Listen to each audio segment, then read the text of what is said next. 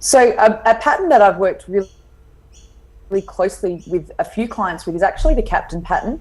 I had a client recently actually that I worked with for some time that was in had a retail business, and the captain pattern is basically like they're the captain of the ship, if you can imagine. So if they're the CEO, the boss, or the owner of the company, they're basically the captain of the ship, and they know and you don't. So they basically have a very strong right-wrong thinking, especially with staff, and they want their staff to follow orders, follow their views and their strategies, and they've really got a sense of I'm right and everyone else must follow. And that's really, really detrimental to the business. And an individual with this kind of viewpoint, when you're starting out in business, actually, the captain pattern can be really beneficial because you're solid in your view and there's little self-doubt and you basically go all guns blazing. But once you start to recruit staff, when the blind spots can really come up and be really prevalent in the business. So that the client that I had really, once they had staff, it became a matter of really low staff morale, and there was a lot of fear in the business and a lot of walking on tight ropes around the captain of the ship because they couldn't express their views, and it really stunted the growth. So the captain of the ship didn't like anybody to challenge her because she didn't want to be seen as having less knowledge than her staff. But as we all know here, that you want to recruit people that have more knowledge than you. You want to recruit experts in the business, and the captain of the ship really wants to know where their strengths and their weaknesses lie, because they want to be there and they want to recruit people in every other aspect of the business that they're not good in. But this captain of the ship pattern really prevents them from having that knowledge and that insight to be able to recruit those people. And the person that I worked with, they really were underneath the captain of the ship. They were really run by a pattern of actual low self-worth. If they were challenged within their business, then it would bring up feelings of low self-worth and that they weren't good enough. So an awareness of those underlying emotions really helped her in that blind spot to be able to then be challenged and to be able to integrate different views, and that really led to an exponential growth in the business, actually. Yeah, I think what you said is really important. The actual blind spot in the captain pattern is low self-worth. And for anyone with a captain pattern, they may not even know that they have low self-worth because there's such a big blind spot to them. Yeah, they won't admit it's on the unconscious level. Massive. But the game of the game to escape their feelings of low self-worth is to be in control, to be right, to be seen as the best. It can lead to, like we often say that the polarity of the low self-worth part is going to be arrogant. So a lot of people don't realise that, but in this work we know someone that's arrogant will not always, but they'll tend to have low self-worth on the unconscious level. That's driving the need for the arrogance and the power. The other thing that you said that I felt, first of all, thought was interesting and wanted to dig into a little bit more. It's kind of true what you said. Early stage business, it's really good to have the captain pattern.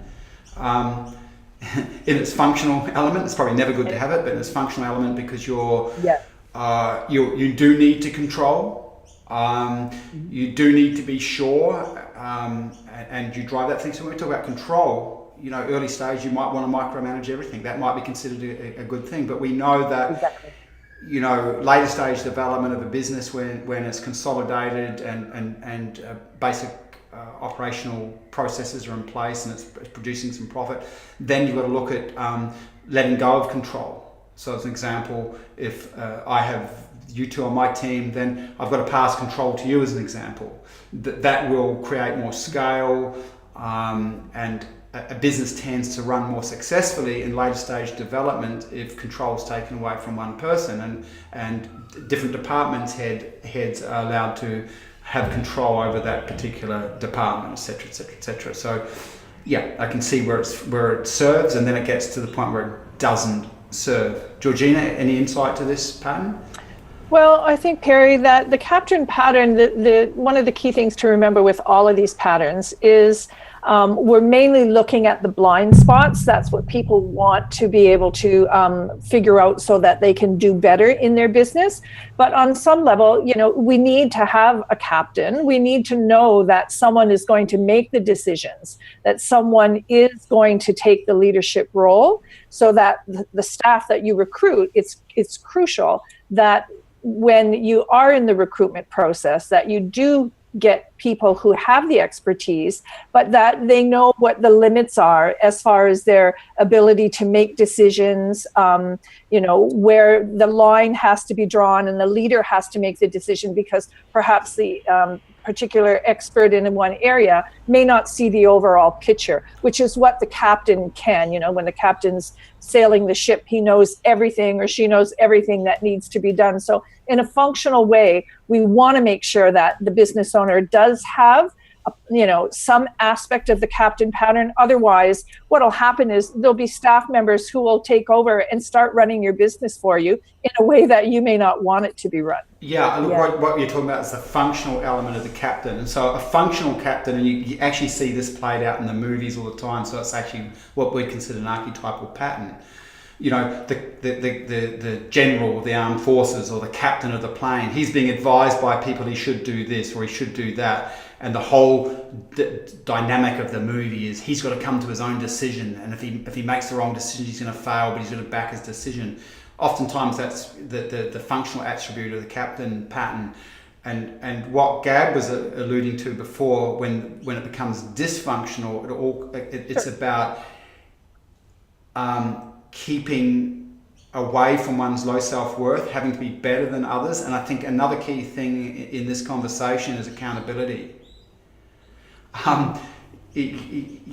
This dysfunctional captain is not willing. So someone with a captain pattern that's tending towards the dysfunctional end of the spectrum, they don't want accountability, because our accountability will trigger their low self-worth. They have to stay in power. Interesting, because as you're talking about this, I was thinking about a gentleman that I've consulted with for years, meaning him and I have consulted to business owners together. We get on really, really well.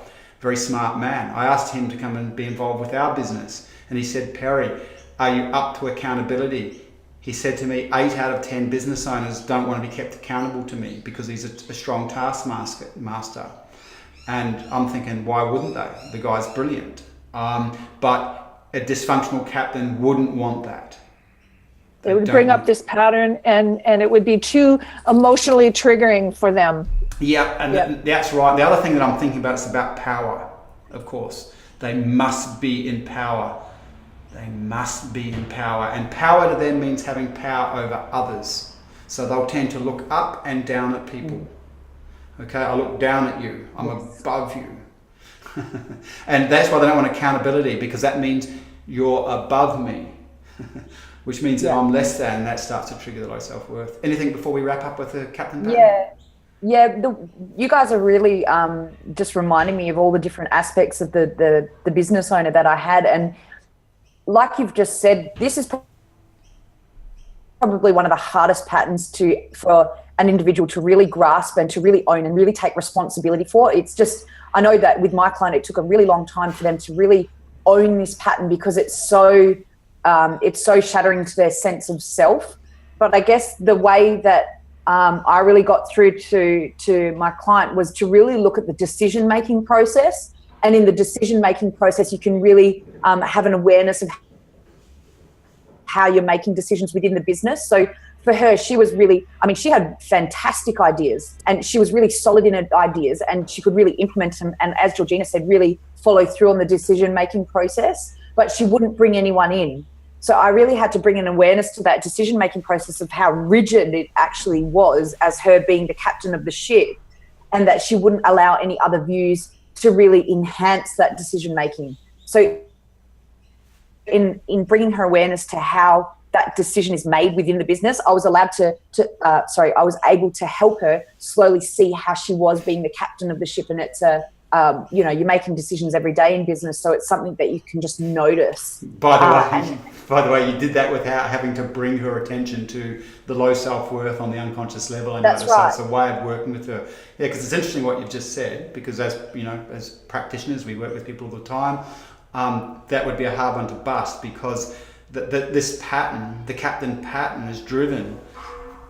I don't want to feel any low self-worth. I don't want to feel any vulnerability. I don't want to feel wrong. So every part of their personality is invested in being right, the boss, in power. So when you go to work with them, they don't even know they've got low self-worth. They just can just see the surface behaviours, can't even see that properly. So that's a smart way of dealing with it, Gab. Yeah. Anything before we finish off with the captain pattern? No. I'm good. Right.